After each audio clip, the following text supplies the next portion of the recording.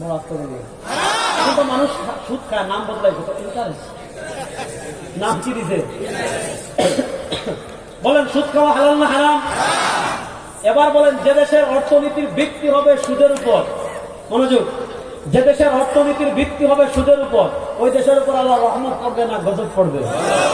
জুড়ে বলেন। যে দেশের অর্থনীতির ভিত্তি হবে সুদের উপর, ওই দেশের উপর আল্লাহ রহমত পড়বে না গজব পড়বে? এবার আওয়ামী লীগের আমলে আপনারা আমাদের মুসলমানদের জিকির কি? আমরা ফজর নামাজের পর সুবহানাল্লাহ, আলহামদুলিল্লাহ, লা ইলাহা ইল্লাল্লাহ, আল্লাহু আকবার। চ্যানেলটি সাবস্ক্রাইব করে আমাদের সঙ্গেই থাকুন। হাসরের শেষ আয়াত, এগুলো তো আমাদের জিকির। আর গত 15 বছর আওয়ামী লীগের জিকির ছিল উন্নয়ন, উন্নয়ন ছিল না জিকির? সাংবাদিকরা জিজ্ঞেস করেছে আপনারা দিনের ভোট রাতে করলেন কেন? আমরা পদ্মা সেতু করেছি, উন্নয়ন করেছি। মানে তাদের জিকির হয়ে গিয়েছিল উন্নয়ন। আপনি শুধু তো উন্নয়ন উন্নয়ন উন্নয়নের জিকির শুনেছেন, কিন্তু অভ্যন্তরে কি ঘটনা ঘটেছে জানেন? বাংলাদেশের রাষ্ট্রে তারা এই পরিমাণ ঋণ করে রেখে গিয়েছে, ওই ঋণগুলো যদি বাংলাদেশের সব নাগরিকের মাথায় ভাগ করে দেওয়া হয়, প্রত্যেক নাগরিকের মাথায় রাষ্ট্রীয় ঋণ আছে 1.5 লাখ টাকা। প্রত্যেক নাগরিকের মাথায় রাষ্ট্রীয় ঋণ আছে কত? অর্থাৎ এই পরিমাণ ঋণ আছে আমাদের। প্রত্যেক বছর জুনে যখন বাজেট দিত, বাজেটে ঘাটতি দেখাতো, আর বাজেটে যখন ঘাটতি দেখাতো তখন এই টাকা পূর্ণ করার জন্য চীন থেকে ঋণ আনতো, আমেরিকা থেকে ঋণ আনতো, রাশিয়া থেকে ঋণ আনতো। আমি তালিকাটা দেখলাম ওই তালিকায় সৌদি আরবের নাম আছে। আচ্ছা বলেন, এই যে প্রত্যেকের মাথায় তারা 1.5 লাখ টাকা ঋণ রেখে গিয়েছে, এই যে চড়া মূল্যে ঋণটা এনেছে, সুদ সহ না সুদ ছাড়া? জানেন না এটা? সুদ সহ না সুদ ছাড়া? এবার বলেন, যে দেশের অর্থনীতির ভিত্তি দাঁড়িয়ে আছে সুদের উপর, এই দেশে আল্লাহ রহমত পড়বে না গজব পড়বে? এবার সুদমুক্ত ব্যাংকিং, সুদমুক্ত অর্থনীতি আমাদের দেশে চালু হোক। আপনারা চান কি চান না? আপনি আমার বলতে পারেন যে আমরা সব, আপনার বাস্তব ঠিক আছে, কিন্তু এখন তো পুরো পৃথিবী নিয়ন্ত্রণ করে আমেরিকা, এখন তো অর্থনীতি নিয়ন্ত্রণ করে পুঁজিবাদ, এখন তো অর্থনীতি নিয়ন্ত্রণ করে বিশ্ব ব্যাংক।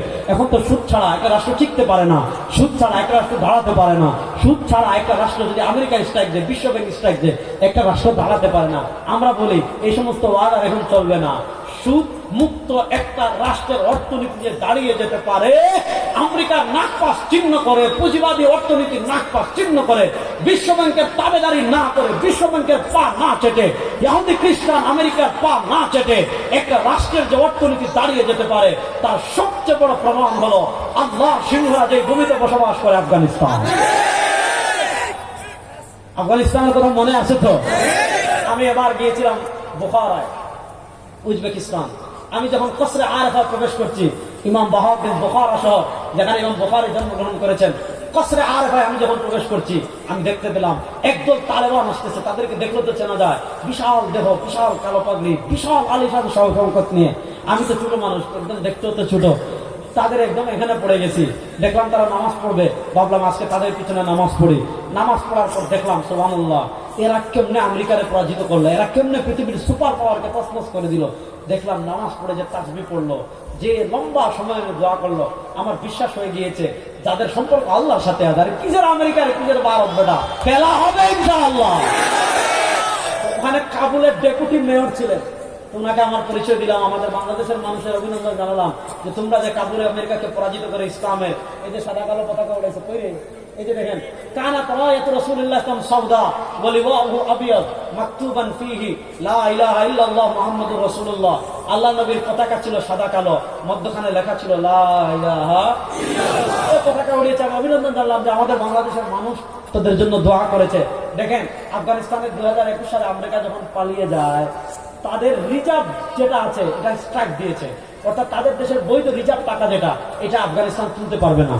তারা মনে করেছিল আরে যাই, এরা টাকা পাবে না, ভিক্ষা করবে, খাবার পাবে না, খাবারের জন্য আমাদের কাছে আসবে, পোশাক পাবে না, পোশাকের জন্য আমাদের কাছে আসবে, চিকিৎসা পাবে না, চিকিৎসার জন্য আমাদের কাছে আসবে। কিন্তু এরা তো জানে না, যাদের সাথে আল্লাহ আছেন দুনিয়ার কেউ তাদেরকে আটকাতে পারে না। আল্লাহ তাআলা আফগানিস্তানের রহমতের দরজা খুলে দিয়েছেন, বারাকার দরজা খুলে দিয়েছেন। বিশ্ব ব্যাংকের নাক পাশ চিহ্ন করে, সুদকে হারাম করে, নেশাকে হারাম করে, আফিম চাষ আফগানিস্তানের সবচেয়ে বড়। যেমন আমার আগে ভাই বলে গিয়েছেন বিএনপি যে আমাদের বাংলাদেশের অর্থনৈতিক খাত হলো দুইটা, একটা হলো রেমিটেন্স, একটা হলো গার্মেন্টস। এই দুইটা যদি না থাকে আমাদের বাংলাদেশের লাল বাতি জ্বলতে একদিনও জ্বলবে, লাল বাতি জ্বলতে এক সপ্তাহ জ্বলবে না। যে গার্মেন্টের শ্রমিকরা আমাদের দেশের অর্থনীতিতে সবচেয়ে বেশি অবদান রাখে, আজকে তারা সবচেয়ে বেশি বৈষম্যের শিকার। বাংলাদেশে যদি ইনসাফ চান, ন্যায় চান, আপনার প্রতি কোনো জুলুম না হোক, আজকে দেখেন অর্থনীতি, পুঁজিবাদী অর্থনীতি, ধনীরে ধনী মানায়, গরিবরে আরো গরিব মানায়। এই পুঁজিবাদের নাকপাশ থেকে যদি মুক্তি চান, রাষ্ট্র ক্ষমতা একমাত্র ইসলামকে নিতে হবে। আফগানিস্তানের অর্থনীতি এভাবে এগিয়ে যাচ্ছে, আফগানিস্তানের অর্থনীতি এভাবে এগিয়ে যাচ্ছে, আমাদের বাংলাদেশের শাহবাগী মিডিয়াও বলতেছে যে আফগানিস্তানের অর্থনীতি যেভাবে এগিয়ে যাচ্ছে, আগামী কয়েক বছরের ভিতরে এরা পৃথিবীর সুপার পাওয়ার হয়ে যাবে ইনশাআল্লাহ। তাহলে বুঝলেন, আমেরিকায় আফগানিস্তানে যদি মুজাহিদরা, মুসলমানরা সুদকে হারাম করে তাদের রাষ্ট্রকে এগিয়ে নিয়ে যেতে পারে, 92% মুসলমানের দেশে রাষ্ট্রীয়ভাবে সুদকে হারাম ঘোষণা করা, সুদকে নিষিদ্ধ করার প্রয়োজন আছে না নাই? এই সব কিছু হবে তখন যখন ক্ষমতায় নেবেন ইসলাম। আর ওই খ্রিস্টানরা আমাদেরকে কি শিখিয়েছে জানেন? যে ইসলাম মানে মাজারে উরুস করবি, ইসলাম মানে তাবারুক খাবি, ইসলাম মানে মসজিদে নামাজ পড়বি, ইসলাম মানে ওয়াজ মাহফিল করবি, বাস ইসলাম এতটুকুর ভিতরে সীমাবদ্ধ। তারা তাদেরকে জিজ্ঞাসা করেন, আচ্ছা আমরা না হয় মাজারে থাকলাম, রাষ্ট্র কারা চালাবে? তারা বলে আমরা। সংবিধান কারা লিখবে? তারা বলে আমরা। নেতৃত্ব কারা দিবে? তারা বলে আমরা। বিচার ব্যবস্থা কাদের? তারা বলে আমরা। এমপি কারা হবে? তারা বলে আমরা। না, আল্লাহ কোরআন শুধু গড়ে থাকার জন্য দেন নাই, আল্লাহ ইসলাম শুধু গড়ে থাকার জন্য দেন নাই।